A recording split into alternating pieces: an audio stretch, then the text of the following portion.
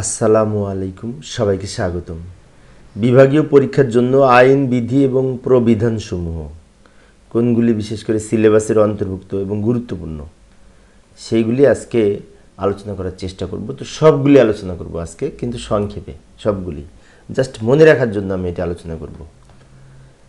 এইখানে এই যে সালের ক্রমানুসারে আমি 3টা অংশে ভাগ করেছি। কিছু সাল আছে যেগুলি 2000 সালের আগে, কিছু আছে 2000 সালের পরে, আবার কিছু কিছু আইন, বিধি, প্রবিধান আছে যার পাশে সাল লেখা নেই, তাই না? তো প্রথমে আসি সালের ক্রমানুসারে 2023 সালের এই যে সরকারি গোপন আইন 2023, এরপরে আছে নির্ধারিত ছুটি বিধিমালা 1959, সরকারি কর্মচারী আচরণ বিধিমালা 1979 সালের আর একটা আছে, সেটি হচ্ছে না, এই 79 সালের মোট আছে সম্ভবত চারটা আছে।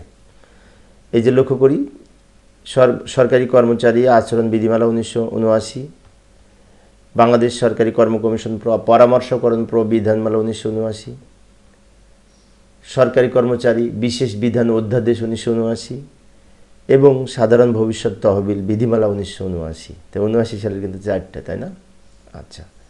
আচ্ছা, যেগুলি মোস্ট ইম্পর্টেন্ট ওইগুলি হলুদ কালার দেওয়া আছে অবশ্য। আর এইগুলির আন্ডারে যে সমস্ত বিধি আছে ওইগুলি আমি এই পরবর্তীতে আলোচনা করব, আজকেই আগে এই নামগুলি লিখি। এরপরে আসি প্রশাসনিক ট্রাইব্যুনাল আইন 1980, বাংলাদেশ সিভিল সার্ভিস নিয়োগ বিধিমালা 1981। আমি সালের ক্রমধারা অনুযায়ী আলোচনা করতেছি ধারাবাহিকভাবে। কল্যাণ তহবিল ও যৌথ বীমা অধ্যাদেশ 1982, বাংলাদেশ সিভিল সার্ভিস জ্যেষ্ঠতা বিধিমালা 1983, তাই না? আচ্ছা, 80, 81, 82, 83 এই সালগুলিতে আছে। কার্য বিধিমালা 1996, যেগুলি গুরুত্বপূর্ণ সেগুলি কিন্তু হলুদ কালার দেওয়া আছে, এগুলি বেশি গুরুত্বপূর্ণ। অন্যগুলিও পড়তে হবে, কিন্তু এগুলো বেশি পড়তে হবে। এই ছিল 11। এই কটা ছিল 2000 সালের আগে, আরও আছে কিন্তু পরীক্ষার জন্য যেগুলি গুরুত্বপূর্ণ সেগুলি আমি লিখেছি। এরপরে আসি 2000 সালের পরে কিছু আইন, বিধি, প্রবিধান আছে, যেমন চাকরি, বেতন ও ভাতাদি আদেশ 2015। এরপরে সরকারি কর্মচারী শৃঙ্খলা ও আপিল বিধিমালা 2018। এছাড়াও আছে সরকারি চাকরি আইন 2018। এই 2018 সালে কিন্তু দুইটা, একটা হচ্ছে সরকারি কর্মচারী শৃঙ্খলা ও আপিল বিধিমালা 2018, আর একটা হচ্ছে সরকারি চাকরি আইন 2018। তবে এর মধ্যে আবার আমি আজকে যে ক্লাস নিচ্ছি বা আজকে যে বিষয়টি আলোচনা করছি, এরপরে যদি আইন, বিধি বা প্রবিধান জারি করা হয় তাহলে সেগুলো আবার পড়তে হবে কিন্তু বই থেকে। আচ্ছা, তো যাই হোক, এবার এই যে সরকারি কর্মচারী নিয়মিত উপস্থিতি বিধিমালা 2019, নিয়মিত উপস্থিতি বিধিমালা 2019, পেনশন সহজীকরণ আদেশ 2020, সরকারি কর্মচারী লিয়েন বিধিমালা 2021, ভ্রমণ ভাতা বিধিমালা 2022, যে চলতি দায়িত্ব অতিরিক্ত দায়িত্ব প্রদান সংক্রান্ত বিধিমালা 2023 এবং সচিবালয় নির্দেশমালা 2024। আচ্ছা, এই যে এখানে লক্ষ্য করি 2018 থেকে শুরু করি, 18, 19, 20, 21, 22, 23, 24 প্রতি বছরেই আছে, তাই না? প্রতি বছরের এই বিধিবিধান আছে। যাই হোক, এগুলোর সম্পর্কে আরও বিস্তারিত একটু পরে আলোচনা করব। আমি মূলত প্রথমে নামগুলো লিখতেছি। তো এইগুলি 2000 সালের পরে ছিল এইগুলি। এবার কিছু কিছু আবার আইন, বিধি, প্রবিধান আছে যেগুলোর পাশে সাল লেখা নেই। যেমন প্রথমে আছে সংবিধান, গণপ্রজাতন্ত্রী বাংলাদেশের সংবিধান। এটা তো মোস্ট ইম্পর্টেন্ট, এখান থেকে তো প্রশ্ন আসেই। তো এবার আমরা দেখব কিছু কিছু আইন, বিধি, প্রবিধান আছে যেগুলির পাশে সাল লেখা নেই। সবচেয়ে গুরুত্বপূর্ণ কিন্তু সাল লেখা নেই, সেটা হচ্ছে গণপ্রজাতন্ত্রী বাংলাদেশের সংবিধান, তাই না? যদিও বাংলাদেশের সংবিধান 1972 সালের সংবিধান নামে পরিচিত। এরপরে আসি বাংলাদেশে এই যে বাংলাদেশ সার্ভিস রুলস, চাকরির বিধিমালা, BSR, Bangladesh service rules part 1 এবং পার্ট 2। তবে পার্ট 1টা বেশি গুরুত্বপূর্ণ, তাই না? এগুলির পাশে সাল লেখা নেই কিন্তু গুরুত্বপূর্ণ। বার্ষিক গোপনীয় অনুবেদন, এসিআর যাকে বলে, ফান্ডামেন্টাল রুলস এবং সাপ্লিমেন্টারি রুলস, এগুলোর পাশে সাল লেখা নেই কিন্তু গুরুত্বপূর্ণ। পদোন্নতি ও নিয়োগ সংক্রান্ত কমিটি, তো এইগুলি পরীক্ষার জন্য গুরুত্বপূর্ণ, যদিও এই হলুদ কালার দিয়ে রেখেছে, এগুলি বেশি গুরুত্বপূর্ণ। এর বাইরে আরও কয়েকটা বিধিবিধান আছে যেগুলি আমরা মনে রাখার চেষ্টা করব, যদিও এগুলি পরীক্ষা কম আসে তারপরেও। যেমন স্থানীয় সরকার, এই যে জেলা পরিষদ, উপজেলা পরিষদ, ইউনিয়ন পরিষদ, তাই না? এরপরে চাকরি আইন 2018 এর আলোকে কর্মচারীদের অবসর গ্রহণ সংক্রান্ত বিধিবিধান, অ্যাডহক ভিত্তিক নিযুক্ত কর্মচারী নিয়মিতকরণ বিধিমালা 1994, এবং এই যে উন্নয়ন প্রকল্প হতে রাজস্ব খাতে স্থানান্তর এর ক্ষেত্রে পদের বিশেষ করে পদধারীদের নিয়মিতকরণ ও জ্যেষ্ঠতা নির্ধারণ বিধিমালা 2005। যদি এগুলো একটু লেস ইম্পর্টেন্ট সেগুলি সেজন্য শেষে আলোচনা করেছি। তো এবার আমি সংক্ষেপে এই প্রত্যেকটা বিধিমালার কোন বিধিতে এবং কোন ধারায় কি বলা আছে সেটা উপস্থাপন করার চেষ্টা করব। প্রথমে আসি সরকারি কর্মচারী আচরণ বিধিমালা 1979, তাই না? তো এইটার আমরা যদি লক্ষ্য করি তাহলে দেখতে পাই এই যে এই যাদের ক্ষেত্রে এই বিধিমালা প্রযোজ্য নয়, এই বিধি 2-এ বলা আছে যে কাদের জন্য প্রযোজ্য নয়, ঠিক আছে? এবং কাদের জন্য প্রযোজ্য নয় সেটা আবার কিন্তু আমাদের বিস্তারিত বিধি পড়তে হবে। আমি মূলত এখানে বিধি কোন বিধিতে কি বলা আছে খালি সংক্ষেপে উপস্থাপন করব মনে রাখার জন্য, কারণ আমরা এগুলি মনে রাখলেও অনেকটা বিশেষ করে আমাদের পড়তে সুবিধা হয়। পরিবারের সদস্য সম্পর্কে বলা আছে বিধি 3-1 বি। উপহার দেয়া নেওয়া সম্পর্কে বলা আছে বিধি 3-5। অর্থাৎ এই আচরণের মধ্যে কিন্তু লক্ষ্য করি পরিবার, উপহার, তারপর হচ্ছে কি যে বিদেশি পুরস্কার, পদবি, উপাধি গ্রহণ, এটা বিধি 6-এ বলা আছে, আর 5-এ বলা আছে উপহার দেয়া নেওয়া, ঠিক আছে?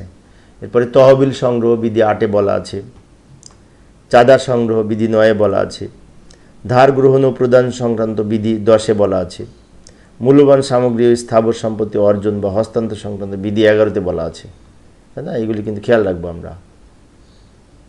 আচ্ছা, এবার আসি আরও আছে এই বিধিতে, যেমন সম্পত্তির ঘোষণা বিধি 13-তে বলা আছে, ফটকাবাজি এবং বিনিয়োগ বিধি 15-তে বলা আছে, কোম্পানি স্থাপন এবং ব্যবস্থাপনা বিধি 16-তে বলা আছে। অর্থাৎ একজন সরকারি কর্মচারী এগুলি করতে পারবে কি পারবে না সে সম্পর্কে এইখানে কিন্তু বলা আছে। ব্যক্তিগত ব্যবসা অথবা চাকরি বিধি 17-তে বলা আছে। বেতার সম্প্রচারণে এই বিশেষ করে অংশগ্রহণ এবং সংবাদ বিশেষ করে বিভিন্ন মাধ্যমের যোগাযোগ সম্পর্কে বলা আছে বিধি 22-এ। সরকারের সমালোচনা বা বিদেশ সম্পর্কে তথ্য অথবা মন্তব্য প্রকাশ বিধি 23-এ বলা আছে, ঠিক আছে? এই সরকারি সম্পর্কে সমালোচনা করা যাবে কি যাবে না এখানে বলা আছে কিন্তু বিধিতে।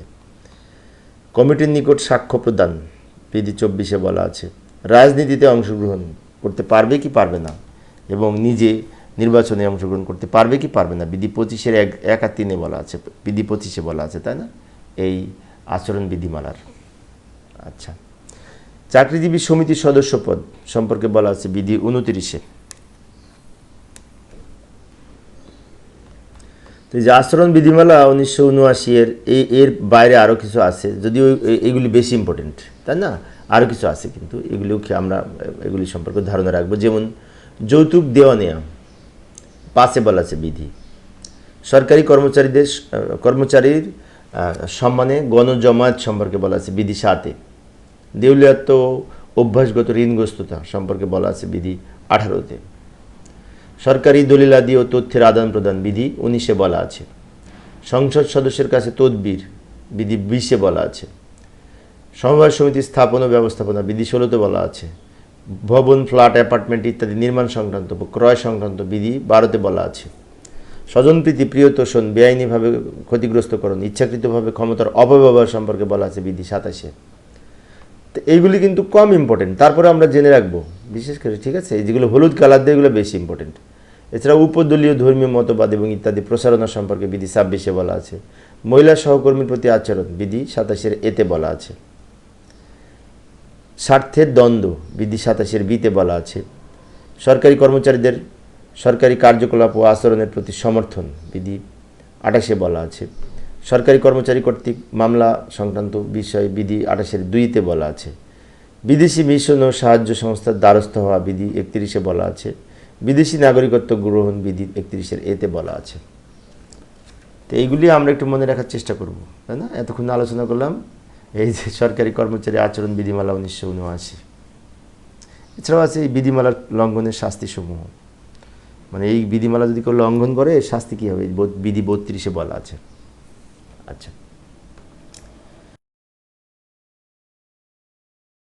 এরপরে আসি সরকারি কর্মচারী শৃঙ্খলা ও আপিল বিধিমালা 2018। আচ্ছা 2018 কিন্তু দুইটা আছে, একটা হচ্ছে সরকারি কর্মচারী শৃঙ্খলা ও আপিল বিধিমালা 2018, আর একটা হচ্ছে সরকারি চাকরি আইন 2018। আচ্ছা, এবার এই প্রথমে বিষয় দেখব আমরা এই বিধিমালার আলোকে, অর্থাৎ শৃঙ্খলা ও আপিল বিধিমালা 2018-র আলোকে বিশেষ করে কোন কোন বিধিগুলো অন্তর্ভুক্ত আছে সংক্ষেপে বিধি সহ আলোচনা করব। যেমন লক্ষ্য করি, যাদের ক্ষেত্রে সরকারি কর্মচারী শৃঙ্খলা ও আপিল বিধিমালা 2018 প্রযোজ্য নয়, এই বিধি 1-2 বলা আছে। অসদাচরণ 2 খতে বলা আছে। কর্তৃপক্ষ 2 গতে বলা আছে। ডিজার্শন 2 চতে বলা আছে। সরকারি কর্মচারী কারা বিধি 2 ছতে বলা আছে। তাদের সব 2 মধ্যে সব আছে মনে হচ্ছে না, অনেক কিছু। এবার আসে দ্বন্দ্বের ভিত্তি বিধি 3 বলা আছে। দ্বন্দ্ব সমূহ কি কি হতে পারে এটা বিধি 4-1 বলা আছে। লঘুদণ্ড মানে ছোট শাস্তি, তাই না, এই বিধি 4-2 বলা আছে। গুরুদণ্ড 4-3 বলা আছে, বড় শাস্তি গুরুদণ্ড। তো যাই হোক, এগুলো সম্পর্কে বিস্তারিত ইতিপূর্বে আমি আলোচনা করেছি, আবারও প্রয়োজনে আলোচনা করব, বইতেও আছে, আমরা একটু মনে রাখার চেষ্টা করব। তো সরকারি কর্মচারী শৃঙ্খলা আপিল বিধিমালা 2018 আলোকে এইগুলি ছাড়াও আরও আছে, কিন্তু এখানে অনেক গুরুত্বপূর্ণ তথ্য আছে।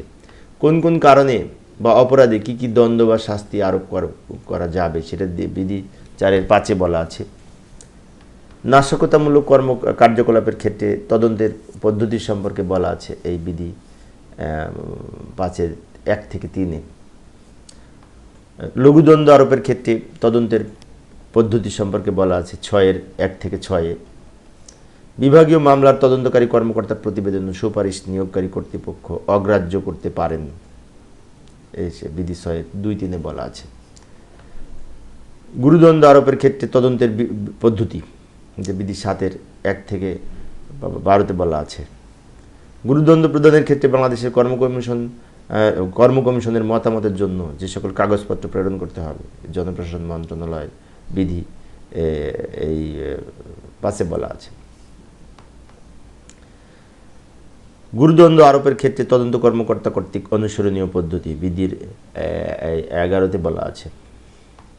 সাময়িক বরখাস্ত বিধি 12 বলা আছে, তাই না। তবে এই যে হলুদ কালার দেওয়া আছে যেগুলি বারবার বলছে, ওগুলি কিন্তু বেশি ইম্পর্টেন্ট।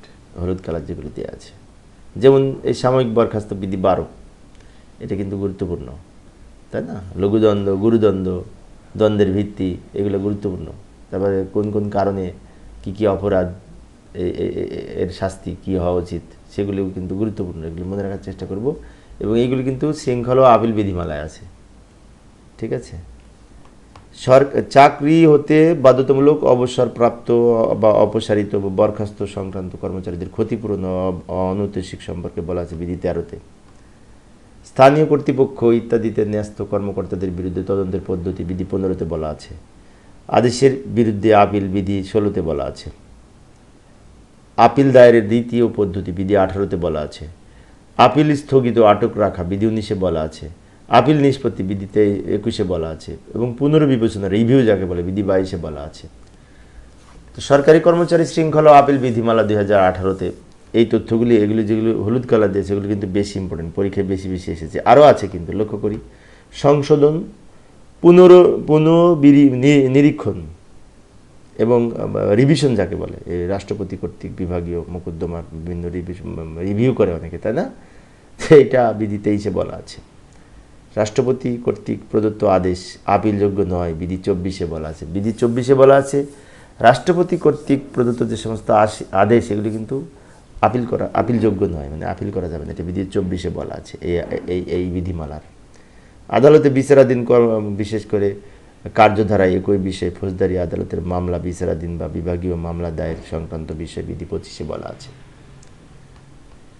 তো শৃঙ্খলা ও আপিল বিধিমালা 2018, এটা কিন্তু অত্যন্ত গুরুত্বপূর্ণ এবং বিভিন্ন শাস্তি এবং বিভিন্ন বিষয় সম্পর্কে এখানে বলা আছে।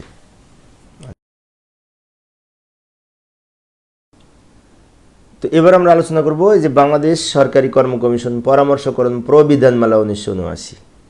তো এইখানে যে বিষয়গুলি উল্লেখ আছে মূলত কোন কোন ক্ষেত্রে যে কর্ম কমিশনের সাথে, বাংলাদেশ সরকারি কর্ম কমিশনের সাথে পরামর্শ করতে হবে, আর কোন কোন ক্ষেত্রে পরামর্শ করতে হবে না সেই সম্পর্কে কিছু প্রবিধান এখানে আছে। তো প্রথমে আসি, নিয়োগের জন্য বাছাইয়ের ক্ষেত্রে কমিশনের সাথে পরামর্শের প্রয়োজন নেই, প্রবিধান 4-এ বলা আছে। এই প্রবিধান 4-এ বলা আছে যে কোন কোন নিয়োগের জন্য এই বিশেষ করে কমিশনের সাথে পরামর্শের দরকার নেই।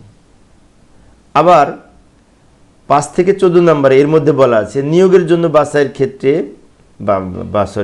নিয়োগের জন্য বাছাইয়ের ক্ষেত্র ব্যতীত অন্যান্য যেসব ক্ষেত্রে কমিশনের সাথে পরামর্শের প্রয়োজন নেই। অর্থাৎ এই 5 থেকে 14 নম্বরে বলা আছে যে নিয়োগের জন্য পরামর্শ করতে হবে, আর নিয়োগের জন্য বাছাই ব্যতীত অন্যান্য ক্ষেত্রে পরামর্শের প্রয়োজন নেই।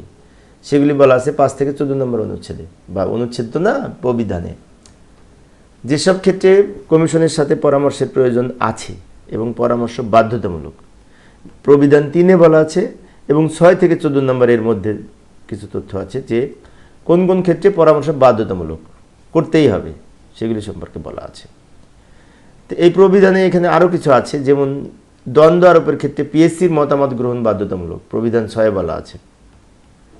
আবার বাংলাদেশ সরকারি কর্ম কমিশন গঠন, সদস্য নিয়োগ, পদের মেয়াদ ও কমিশনের দায়িত্ব সম্পর্কে, এটা অবশ্য সংবিধানে বলা আছে তো, তাই না? এই যে বাংলাদেশ কর্ম কমিশন গঠন, সদস্য নিয়োগ, পদের মেয়াদ এবং কমিশনের দায়িত্ব, এগুলি সব ওই সংবিধানের গণপ্রজাতন্ত্রী বাংলাদেশের যে সংবিধান রয়েছে অনুচ্ছেদ 137 থেকে 140-এর মধ্যে বলা আছে।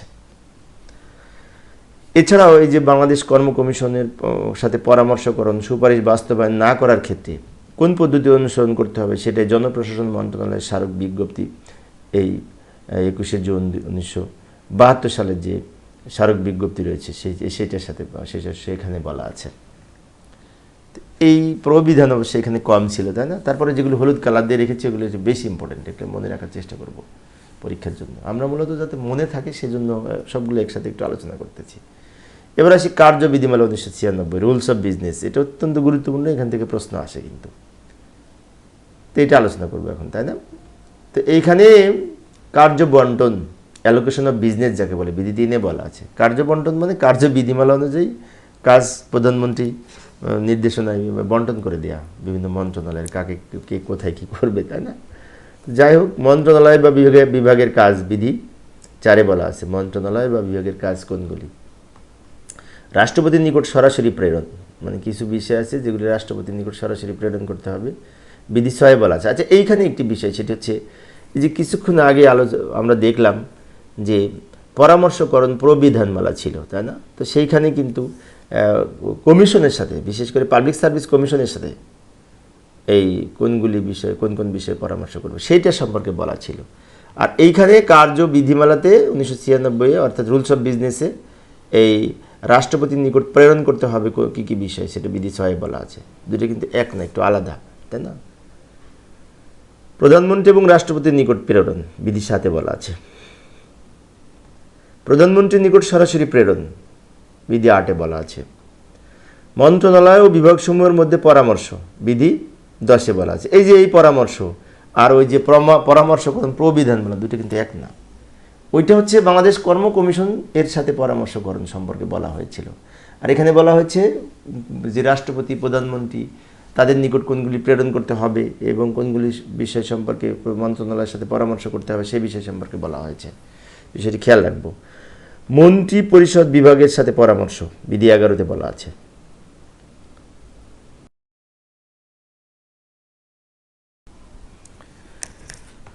এরপরে আসি বাংলাদেশ সিভিল সার্ভিস নিয়োগ বিধিমালা 1981, তাই না? তো এইটা অত্যন্ত গুরুত্বপূর্ণ এবং এখানে কম প্রশ্ন আছে, মানে তথ্য কম কিন্তু গুরুত্বপূর্ণ। যেমন নিয়োগের পদ্ধতি বিধি 3-এ বলা আছে। সরাসরি নিয়োগ লাভের শর্তাবলী 4-এ বলা আছে। পদোন্নতির মাধ্যমে নিয়োগ বিধি 5-এ বলা আছে। শিক্ষানবিশ বিধি 6-এ বলা আছে। স্থায়ীকরণ বিধি 7-এ বলা আছে এবং বন্ড প্রদান 7-এর এতে বলা আছে। সর্বশেষে শিথিলকরণ বিধি 8-এ বলা আছে। এই হলুদ কালার যেগুলি দেওয়া আছে এগুলি বেশি পরীক্ষায় এসেছে। যেমন নিয়োগের শর্তাবলী, তাই না, 4-এ বলা আছে। আর পদোন্নতির মাধ্যমে নিয়োগ, সরাসরি নিয়োগের যে শর্তাবলী সেটা 4-এ বলা আছে, আর পদোন্নতির মাধ্যমে নিয়োগের ক্ষেত্রে 5-এ বলা আছে। শিক্ষানবিশ 6, স্থায়ীকরণ 7, এই কটা বেশি ইম্পর্টেন্ট, হলুদ কালার দিয়ে রেখেছি। এবার আসি পদোন্নতি এবং নিয়োগ সংক্রান্ত যে কমিটি, বিভিন্ন কমিটি, ঠিক আছে। তো এই কমিটি সংক্রান্ত যে সমস্ত বিষয় সে সম্পর্কে যে প্রশ্নগুলি আসে সেগুলি হচ্ছে পদোন্নতি সংক্রান্ত সুপিরিয়র সিলেকশন বোর্ডের কমিটি গঠন এবং কার্য পরিধি সম্পর্কে এই জনপ্রশাসন মন্ত্রণালয়ের 1991 সালের প্রজ্ঞাপন দেওয়া আছে না, এখানে বলা আছে, ঠিক আছে। এর আরও বিভাগীয় পদোন্নতি এবং নিয়োগ বোর্ড কমিটির গঠন ও এর কার্যপরিধি সম্পর্কে ওই একই প্রজ্ঞাপনে বলা আছে, যে জনপ্রশাসন মন্ত্রণালয়ের 1991 সালের প্রজ্ঞাপন। এবং ক্যাডার পদে পদোন্নতির ক্ষেত্রে প্রযোজ্য প্রমার্জন বিধান জনপ্রশাসন মন্ত্রণালয়ের স্মারক বিজ্ঞপ্তি এই 1993-তে এইখানে বলা আছে। এইখানেও কিন্তু মাত্র 3টা আইটেম, তাই না? একটু মনে রাখার চেষ্টা করব। সুপিরিয়র সিলেকশন বোর্ড গঠন, তারপরে বিভাগীয় পদোন্নতি সংক্রান্ত বোর্ডের গঠন এবং এই ক্যাডার পদে পদোন্নতির ক্ষেত্রে প্রযোজ্য প্রমার্জন বিধান সংক্রান্ত বিষয় সম্পর্কে এখানে বলা আছে।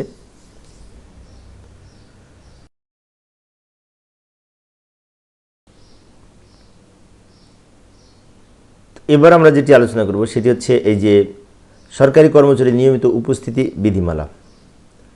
এইখানে যে বিনা অনুমতিতে কর্মে অনুপস্থিত, তারপরে বিনা অনুমতিতে অফিস ত্যাগ, বিলম্বে উপস্থিতি, এই সম্পর্কে বলা হয়েছে এই নিয়মিত উপস্থিতি বিধিমালা 2019-এ।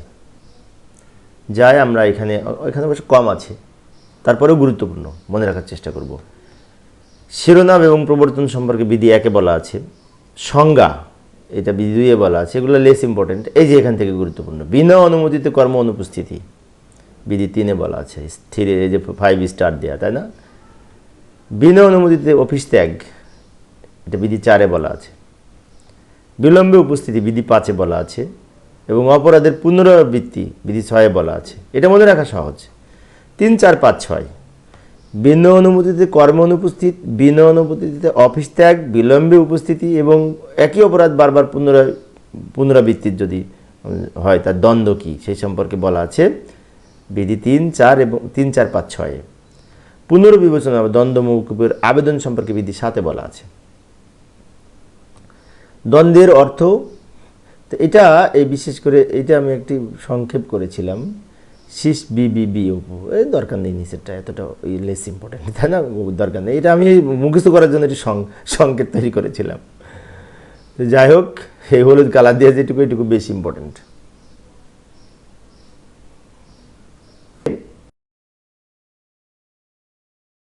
সরকারি গোপন আইন 1923, এটাও কিন্তু গুরুত্বপূর্ণ। সরকারি গোপন আইন 1923 এটাও কিন্তু গুরুত্বপূর্ণ, কারণ এখান থেকে কিন্তু প্রশ্ন হয়। যাই, যেমন নিষিদ্ধ এলাকা ধারা 2-এ বলা আছে। এটা যেহেতু আইন, তাই আইনের ক্ষেত্রে ধারা হয়েছে এখানে, তাই না? আইনের ধারা হয়, আর বিধিমালার বিধি, আর সংবিধানের তো অনুচ্ছেদ, তাই না? এগুলো মনে রাখবো। গুপ্তচর বৃত্তির জন্য শাস্তি বিধি 3 ধারা 3-এ বলা আছে।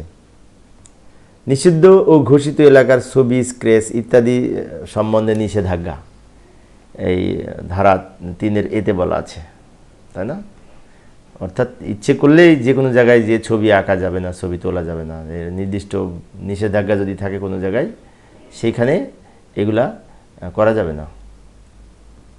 বিদেশি এজেন্টের সহিত যোগাযোগ এবং কতিপয় অপরাধের প্রমাণস্বরূপ সম্পর্কে বিষয়টি ধারা 4-এ বলা আছে। অর্থাৎ যে সমস্ত বিষয় রাষ্ট্রের পরিপন্থী বা রাষ্ট্রের ক্ষতি হয়, রাষ্ট্রবিরোধী কোনো কার্যকলাপে এই বিদেশি এজেন্টদের সহিত আলোচনা করা যাবে না, এই সম্পর্কে বলা আছে ধারা 4-এ।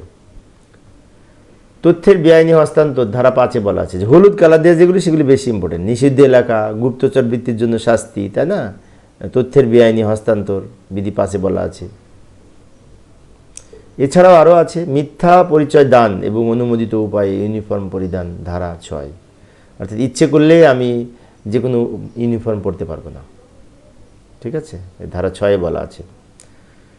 প্রহরারত পুলিশ বা সেনাবাহিনীর সদস্যদের কাজে হস্তক্ষেপ, অর্থাৎ পুলিশ এবং সেনাবাহিনী যখন কাজ করবে, তাদের সরকারি কাজ, নির্ধারিত কাজ, সরকারি কাজে হস্তক্ষেপ করা যাবে না, ধারা 7-এ বলা আছে। অপরাধের তথ্য প্রদান ধারা 8-এ বলা আছে। গুপ্তচরকে আশ্রয়দানের শাস্তি ধারা 10-এ বলা আছে। এটা কিন্তু গুরুত্বপূর্ণ, এই যে হলুদ কালার দেয়া, তাই না, হলুদ কালার দেয়া যেগুলি সেগুলি গুরুত্বপূর্ণ। এবং অপরাধের বিচার সম্পর্কে বলা আছে ধারা 13-তে। তাহলে এই যে সরকারি গোপন আইনে কিন্তু যেগুলি বেশি গুরুত্বপূর্ণ সেটা হচ্ছে এই নিষিদ্ধ এলাকা কোনগুলি, গুপ্তচর বৃত্তির জন্য শাস্তি, তারপরে নিষিদ্ধ এলাকার স্ক্র্যাচ ছবি এগুলি সম্পর্কে নিষেধাজ্ঞা, তার বেআইনি তথ্যের বেআইনি হস্তান্তর, তাই না, এছাড়াও এই যে গুপ্তচরকে আশ্রয়দানের শাস্তি, অপরাধের বিচার, এগুলি কিন্তু মনে রাখার চেষ্টা করব।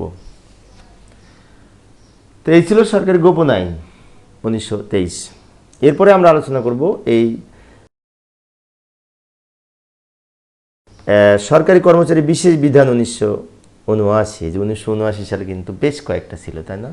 এর আগে দেখলাম সরকারি কর্মচারী আচরণ বিধিমালা 1979, এই যে সরকারি কর্মচারী বিশেষ বিধান 1979, আরেকটা আছে ওই যে সাধারণ ভবিষ্যৎ তহবিল 1979, আবার আরও একটা আছে 1979 সালের, সেটি হচ্ছে এই যে এই বাংলাদেশ সরকারি কর্ম কমিশন পরামর্শকরণ প্রবিধানমালা 1979 সালের 4টা, কিন্তু এটা মনে রাখার চেষ্টা করব।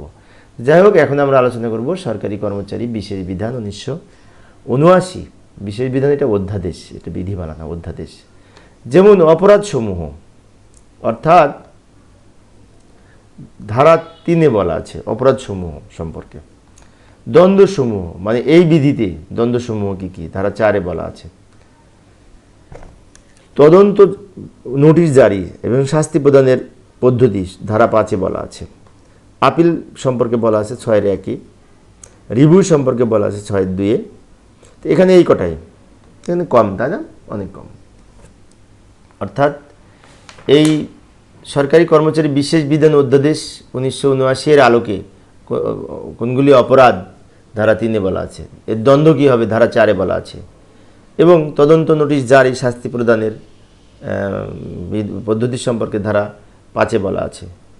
আপিল 6-এর 1 এবং রিভিউ সম্পর্কে বলা আছে 6-এর 2-এ।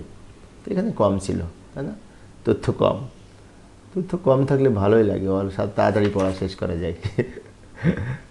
যাই হোক, তো এবার আসি নির্ধারিত ছুটি বিধিমালা 1959। এখন এই ছুটি সম্পর্কে কিন্তু অনেক কথা আছে, তো আমি এখানে এই একটু অন্যভাবে আলোচনা করব। সেটি হচ্ছে এই ছুটি বিধিমালা অনুযায়ী ছুটি কত প্রকার ও কী কী এবং কোন বিধিতে বলা আছে। শুধু যে 1959-এ বলা আছে এমনটি না, কিছু ছুটি আছে বিএসআরে আছে। তো সেইভাবে যদি আলোচনা করতে হয়, তো এখানে আমি বিভিন্ন প্রকারের ছুটি সম্পর্কিত এখানে আমি একটু ছোট্ট ছন্দ রচনা করেছি মনে রাখার জন্য। সেটা হচ্ছে অজিতের অসি নৈশ মাসি নামের 3টি বিবি ছিল। আমি আবার বলছি, অজিতের অসি নৈশ মাসি এবং মাসি নামের 3টি বিবি ছিল। তো এর মধ্যে এই যে ছুটি বিধানগুলি রয়েছে সবগুলি বিএসআরে, ঠিক আছে। এই যে লক্ষ্য করি অর্জিত ছুটি, এই যে অর্জিতেরটা অর্জিত ছুটি আমি মনে করেছি অর্জিত ছুটি, বিএসআর পার্ট 1-এর বিধি 145-এ বলা আছে। তারপর অতে অক্ষমতা ছুটি, অক্ষমতাজনিত বিশেষ ছুটি, যেটি বিএসআর পার্ট 1-এর বিধি 192 থেকে 93, অর্থাৎ 192-93-তে বলা আছে। এবার শীতে শিক্ষা ছুটি বা অধ্যয়ন ছুটি, যেটি বিধি 194-তে বলা আছে। তারপরে এর পরে নইতে নৈমিত্তিক ছুটি, যেটি 195-তে বলা আছে। এগুলি কিন্তু সব বিএসআরে বলা, ঠিক আছে। আচ্ছা, এরপরে সতে সঙ্গ নিরোধ ছুটি 196-তে বলা আছে। মাতে মাতৃত্বকালীন ছুটি বা প্রসূতি ছুটি, যেটি 197-তে বলা আছে। এরপরে যে তাই না, চিতে হচ্ছে চিকিৎসা ছুটি যাওয়া হাসপাতাল ছুটি, এটা হচ্ছে 198 থেকে 201 এর মধ্যে বলা আছে। হাসপাতাল ছুটিটা 198 থেকে 201। এবং এরপরে 3টি বিবি, মানে কি 3টা বি, একটা হচ্ছে বিশেষ অসুস্থতাজনিত ছুটি, যেটি বিধি 202-এ বলা আছে। তারপরে বিভাগীয় ছুটি 203-এ বলা আছে, এবং বিনা বেতনের ছুটি 303-এ বলা আছে। বিনা বেতনের ছুটিটা আবার 303-এ চলে গেছে, খেয়াল রাখতে হবে কিন্তু, তাই না। এখান তো ভালোই ছিল, 145-এর পরে 192 থেকে শুরু করে 202 পর্যন্ত, 203 পর্যন্ত সিরিয়াল কোনো ব্রেক নাই। বাট এইখানে আবার এই যে বিধি 303-এ বলা আছে বিনা বেতনের ছুটি সম্পর্কে। সেজন্য বলা হচ্ছে যে অজিতের অসি নৈশ মাসি নামে 3টি বিবি ছিল, এটা আমার মনে রাখার জন্য আমি লিখেছি জাস্ট। আচ্ছা, এখানে একটি বিষয় বলি, এই ছুটিগুলো কিন্তু সব বিএসআর পার্ট 1-এ বর্ণিত ছুটি, তাই না? এবার আসি এই যে 1959 অনুসারে ছুটি, এইখানে এই বিধিতে ছুটি কী কী ছিল? এখানে ছিল এই যে প্রাপ্যতাবিহীন ছুটি, এই নির্ধারিত ছুটি বিধিমালা 1959-এর 5-1-এ বলা আছে। অবকাশ বিভাগের ছুটি, যেটি বিধি 8-এ বলা আছে। অসাধারণ ছুটি বিধি এই 9-3-এ বলা আছে, ঠিক আছে? এছাড়াও এই শান্তি বিনোদনও ছুটি আছে, তাই না? শান্তি ও বিনোদন ছুটি, যেটি সরকারি চাকরি শান্তি ও বিনোদন ভাতা বিধিমালা 1979 এখানে বলা আছে। এবং 79 তো আরেকটাও আছে, দেখুন 79 তো অভাব নাই। বাধ্যতামূলক ছুটি, এই যে 2018 বিধিমালা, শৃঙ্খলা বিধিমালা, এখানে বলা আছে বাধ্যতামূলক ছুটি। অবসর উত্তর ছুটি, তাই না? এই চাকরি আইন 2018-তে বলা আছে, বা 47 ধারায়। এবং এই সাধারণ ও সরকারি ছুটি আছে, সেটি হচ্ছে সাধারণ ছুটি, নির্বাহী আদেশের ছুটি, ঐচ্ছিক ছুটি।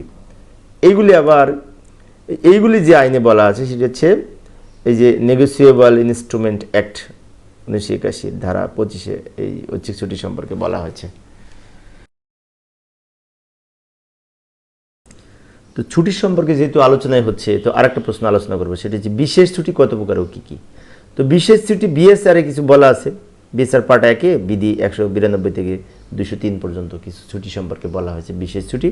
এবং এই নির্ধারিত ছুটি বিধিমালা 1959-এর এই যে প্রাপ্যতাবিহীন ছুটি এবং অসাধারণ ছুটি, এই দুটিকেও কিন্তু বিশেষ ছুটি বলা হয়। সেজন্য বিশেষ ছুটি মোট 9 প্রকার, এই যে আমি নিচে আলোচনা করতেছি। এই ক্ষেত্রে এই যে অক্ষমতাজনিত ছুটি বিএসআর পার্ট 1-এর বিধি 192 থেকে 93, 192-93-তে বলা আছে, তাই না? এখান থেকে শুরু করে এই 203 পর্যন্ত যে ছুটিগুলি রয়েছে, 203 পর্যন্ত আরও আছে যে শিক্ষা ছুটি বা অধ্যয়ন ছুটি, তাই না? এরপরে সঙ্গনিরোধ ছুটি, মাতৃত্বকালীন ছুটি, চিকিৎসা ছুটি, বিশেষ ছুটি এবং বিভাগীয় ছুটি, প্রাপ্যতাবিহীন ছুটি। এই প্রাপ্যতাবিহীন ছুটিটা আবার কিন্তু নির্ধারিত ছুটি বিধিমালা 1959-এর বিধি 5-এ, এবং অসাধারণ ছুটি, এটাও নির্ধারিত ছুটি বিধিমালা 1959-এর বিধি 9-3-এ, তাই না? এই দুটো হচ্ছে 1959 অনুসারে, আর অন্যগুলি উপরেগুলি হচ্ছে বিএসআর অনুযায়ী। বিএসআর মানে বাংলাদেশ সার্ভিস রুলস। তো এইগুলি আমরা মনে রাখার চেষ্টা করব। আচ্ছা, তো এবার আসি প্রশাসনিক ট্রাইব্যুনাল আইন 1980। এখানে বেশ তথ্য কম আছে অবশ্য, তারপরেও কিছু গুরুত্বপূর্ণ তথ্য আছে, মনে রাখার চেষ্টা করব। প্রথমে আসি প্রশাসনিক ট্রাইব্যুনাল প্রতিষ্ঠা, এই আইনের ধারা 3-এ বলা আছে। প্রশাসনিক ট্রাইব্যুনালের এখতিয়ার ধারা 4-এ বলা আছে। প্রশাসনিক আপিল ট্রাইব্যুনাল ধারা 5-এ বলা আছে। প্রশাসনিক আপিল ট্রাইব্যুনালের এখতিয়ার ধারা 6-এ বলা আছে। এবং প্রশাসনিক ট্রাইব্যুনালের ক্ষমতা ও কার্যপদ্ধতি ধারা 7-এ বলা আছে। 3, 4, 5, 6, 7, এটা মনে রাখা সহজ। কিন্তু প্রশাসনিক ট্রাইব্যুনাল প্রতিষ্ঠা, প্রশাসনিক ট্রাইব্যুনালের এখতিয়ার, প্রশাসনিক আপিল ট্রাইব্যুনাল প্রতিষ্ঠা এবং এর এখতিয়ার, এবং সর্বোপরি 7 নং ধারায় বলা আছে প্রশাসনিক ট্রাইব্যুনালের ক্ষমতা ও কার্যপদ্ধতি। এগুলি মনে রাখার চেষ্টা করব।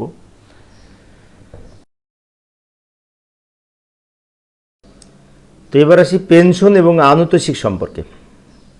তো প্রথম পেনশন সম্পর্কে আলোচনা করি। বেশ কয়েক প্রকারের পেনশন আছে, পেনশনের প্রকারভেদ ধারণা, এবং এই যে ক্ষতিপূরণ পেনশন, এটি বিএসআর-এ বলা আছে 308 থেকে 320-এ। অক্ষমতাজনিত পেনশন, এটাও বিএসআর পার্ট 1-এর এই বিধি 321 থেকে 36 পর্যন্তের মধ্যে বলা আছে। বার্ধক্যজনিত পেনশন বিধি 337-এ বলা আছে। অসাধারণ পেনশন বিধি 403 থেকে 428 পর্যন্তের মধ্যে বলা আছে। পেনশন প্রাপ্তির যোগ্যতা ও সীমাবদ্ধতা, এটাও বিএসআর-এ বলা আছে বিধি 246 থেকে 249। পেনশন যোগ্য চাকরির শর্তসমূহ নিয়মাবলী, এটা বলা আছে বিধি 258 থেকে 84। এখন এখানে একটি বিষয়, সেটি হচ্ছে এই যে অবসরজনিত পেনশন, এইটা আবার বলা আছে চাকরি আইন 2018-তে ধারা 44-এ। যেমন উপরে যে ক্ষতিপূরণ পেনশন, অক্ষমতাজনিত পেনশন, বার্ধক্যজনিত পেনশন, অসাধারণ পেনশন, এগুলি বলা আছে বিএসআরএ, বাট অবসরজনিত পেনশন সম্পর্কে বলা আছে সরকারি চাকরি আইন 2018-তে। এই ছিল পেনশন। এবার আছে গ্র্যাচুইটি বা আনুতোষিক।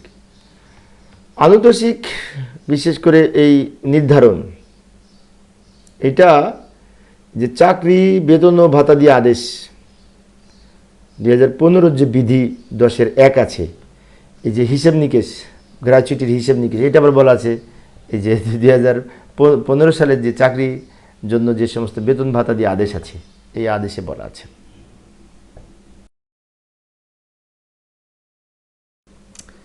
তো এবার আসি পেনশন সহজীকরণ আদেশ 2020। এখানে আবার অনেক কিছু আছে। তো যাই হোক, আমরা এই যে পর্যায়ক্রমে বলছি, লক্ষ্য করি পেনশন সহজীকরণ আদেশ 2020-এর উল্লেখযোগ্য দিকসমূহ সেটা বলা আছে এই পেনশন সহজীকরণ আদেশে 2020-এ বলা আছে সেগুলি। এবং পারিবারিক পেনশন সংক্রান্ত বিধিবিধান, এটাও এই পেনশন সহজীকরণ আদেশ 2020-এর সংযোজনী 19-এ বলা আছে। কল্যাণ কর্মকর্তা সম্পর্কে বলা আছে এই 2.01-এ এই আইনের বিধি। নন গেজেটেড চাকরিদের বিশেষ করে সার্ভিস বুক এবং চাকরি বৃত্তান্ত সম্পর্কে বলা আছে 2.02-এ। উপরেটা হচ্ছে 2.01, নিচেটা 2.02। গেজেটেড কর্মকর্তাদের চাকরি বৃত্তান্ত সংরক্ষণ সম্পর্কে বলা আছে 2.03-এ বলা আছে। এছাড়াও অবসর গ্রহণকারীর অগ্রিম তালিকা প্রেরণ সম্পর্কে বলা আছে 2.04-এ। অবসর গ্রহণের পূর্বে প্রত্যাশিত শেষ বেতনের পত্র জারি সম্পর্কে বলা আছে 2.05-এ। ছুটি নগদায়ন, যাকে লাম গ্রান্ট বলে, এইটা এই অনুচ্ছেদ 2.07-এ বলা আছে। এটাই যে পেনশন সহজীকরণ আদেশ 2020-এর। সাময়িক পেনশন প্রদান, এটা অনুচ্ছেদ 2.11-তে বলা আছে। পেনশন সমর্পণ 2.12-তে বলা আছে। উত্তরাধিকারী মনোনয়ন 3.01-এ বলা আছে। বিধবা স্ত্রী বিপত্তিক স্বামীর পেনশন সম্পর্কে বলা আছে এই 3.02-এ। এছাড়া আরও আছে, লক্ষ্য করি প্রতিবন্ধী বা সন্তানদের পেনশন সম্পর্কে বলা আছে 3.03-এ। এটা কিন্তু গুরুত্বপূর্ণ, তাই হলুদ কালার দিয়ে রেখেছি। এই যে প্রতিবন্ধী সন্তানদের পেনশন সম্পর্কে পুত্র ও কন্যা সন্তানের বয়সসীমা পর্যন্ত বলা আছে 3.04-এ। জরুরি ভিত্তিক পেনশন সম্পর্কে বলা আছে 4.02-এ। এবং এই যে ডিহাপ ও পিপিও সম্পর্কে বলা আছে এই 4.06-এ। এবং অনুত্তোলিত পেনশন বা বকেয়া পেনশন সম্পর্কে প্রদানের পদ্ধতি সম্পর্কে বলা আছে 4.08-এ। তো এইটা কিন্তু পয়েন্ট দেওয়া আছে, তো একটু কঠিন মনে হচ্ছে, তারপরে ওটা মনে রাখার চেষ্টা করব। তো এবার আসি সরকারি চাকরি আইন 2018, অত্যন্ত গুরুত্বপূর্ণ। এখান থেকে কিন্তু প্রশ্ন হয়, ঠিক আছে। সরকারি চাকরি আইন 2018 যাদের জন্য প্রযোজ্য নয়, ধারা 3-এ বলা আছে যে কাদের জন্য প্রযোজ্য নয়। নির্ধারিত সময়ে সরকারি সেবা প্রদান, এটা ধারা 25-এ বলা আছে সরকারি চাকরি আইন 2018 এর। প্রতিকার ও আপিল ধারা 26-এ বলা আছে। আচরণ ও শৃঙ্খলা ধারা 30-এ বলা আছে। বিভাগীয় কার্যধারা ধারা 31-এ বলা আছে। দ্বন্দ্ব ধারা 32-এ বলা আছে। ক্ষতিপূরণ আদায়ের পদ্ধতি ধারা 33-এ বলা আছে। আপিল ধারা 34-এ বলা আছে। রাষ্ট্রপতি কর্তৃক প্রদত্ত আদেশ আপিলযোগ্য নয় ধারা 35-এ বলা আছে। পুনর্বিবেচনা রিভিউ ধারা 36-এ বলা আছে। এবং এই পুনরায় নিরীক্ষণ বা রিভিশন যাকে বলে ধারা 37-এ বলা আছে। এটা হচ্ছে রিভিউ আর রিভিশন। পুনর্বিবেচনা যেটা রিভিউ, আর পুনর্নিরীক্ষণ যেটিকে বলা হয় রিভিশন।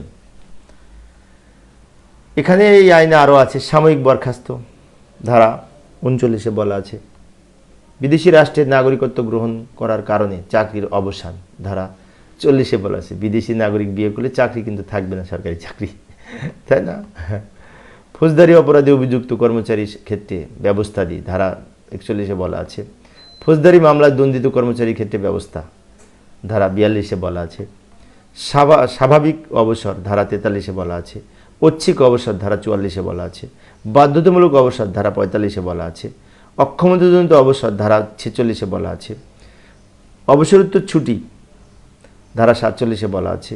অবসর গ্রহণকারী কর্মচারী সরকারি কর্মচারীকে চুক্তিভিত্তিক নিয়োগ ধারা 49-এ বলা আছে এই চাকরি আইনের। এছাড়া আরও আছে সরকারি চাকরি আইন 2018 কিন্তু অনেক বড়।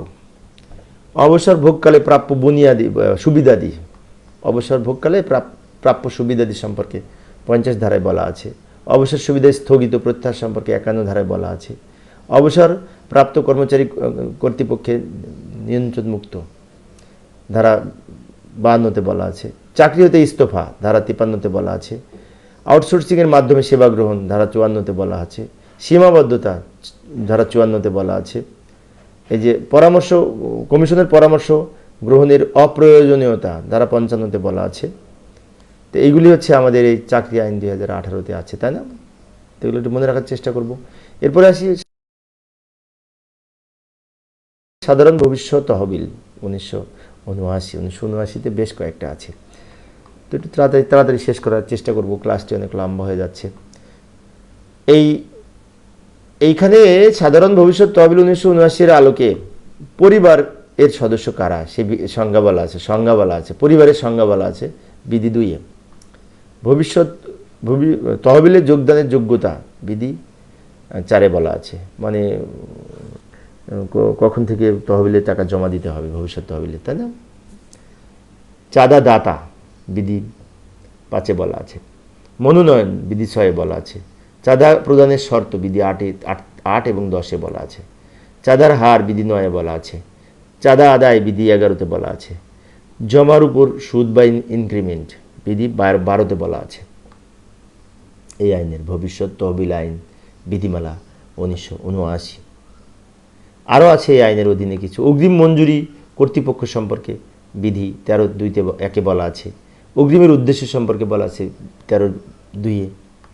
অগ্রিমের পরিমাণ 13-3-এ বলা আছে এবং 13-4-এ বলা আছে অগ্রিমের পরিমাণ কী হবে। গৃহ নির্মাণ অগ্রিম এই 13-5-এ বলা আছে। অগ্রিম মানে ঋণ নেওয়া আর কি, ঋণ গ্রহণ। অগ্রিম মঞ্জুরি শর্তাবলী বিধি 13-6-7-8-এ বলা আছে। তহবিলের সঞ্চিত অর্থ চূড়ান্তভাবে উত্তোলন বিধি 20-এ বলা আছে। চাঁদাদাতার মৃত্যুতে তহবিলের অর্থ প্রদান বিধি 21-এ বলা আছে। তো এগুলি আমরা মনে রাখার চেষ্টা করব। তো এবার আসি সবার শেষে যে চলতি দায়িত্ব অতিরিক্ত দায়িত্ব প্রদান নীতিমালা 2023, এটা আজকে সব শেষ আলোচনা, তাই না? এখানে অবশ্য কম আছে, তারপরেও গুরুত্বপূর্ণ। লক্ষ্য করি চলতি দায়িত্ব এবং অতিরিক্ত দায়িত্ব এর সংজ্ঞা নীতিমালা 2-এ বলা আছে। চলতি দায়িত্ব প্রদানের ভিত্তি নীতিমালা 3-এ বলা আছে। অতিরিক্ত দায়িত্ব প্রদানের ভিত্তি নীতিমালা 4-এ বলা আছে। চলতি দায়িত্ব প্রদানের পদ্ধতি নীতিমালা 5-এ বলা আছে। অতিরিক্ত দায়িত্ব প্রদানের পদ্ধতি নীতিমালা 6-এ বলা আছে। চলতি দায়িত্ব প্রদানের মেয়াদ নীতিমালা 7-এ বলা আছে। আচ্ছা, এরপরে আরও আছে এখানে এই চলতি দায়িত্ব প্রদানের শর্তাদি কী কী শর্ত সেটি নীতিমালা 8-এ বলা আছে। অতিরিক্ত দায়িত্ব প্রদানের শর্তাদি নীতিমালা 9-এ বলা আছে। চলতি দায়িত্ব প্রদানের সুবিধা দাবি নীতিমালা 10-এ বলা আছে। কার্যভার ভাতা, এই সময় কার্যভার ভাতা পাবে নীতিমালা 11-তে বলা আছে। তো বিশেষ করে এই ছিল আজকের আলোচনা। মূলত আজকে অনেক কিছু আলোচনা করেছি। তো এইগুলো আমরা যদি বারবার কয়েকবার দেখি তাহলে টোটাল অংশটা কিন্তু মনে থাকবে। আমি কি যত আইন বিধি প্রবিধান আছে সংবিধান বাদে সবগুলি আলোচনা করার চেষ্টা করেছি, কারণ সংবিধান একটা আলাদা সেশনে আমি টোটাল আলোচনা করেছিলাম 153টা অনুচ্ছেদ, কোন অনুচ্ছেদে কি বলা আছে। তো এই ছিল আজকের আলোচনা। পরিশেষে সবাই ভালো থাকবে এবং সুস্থ থাকবে। খোদা হাফেজ।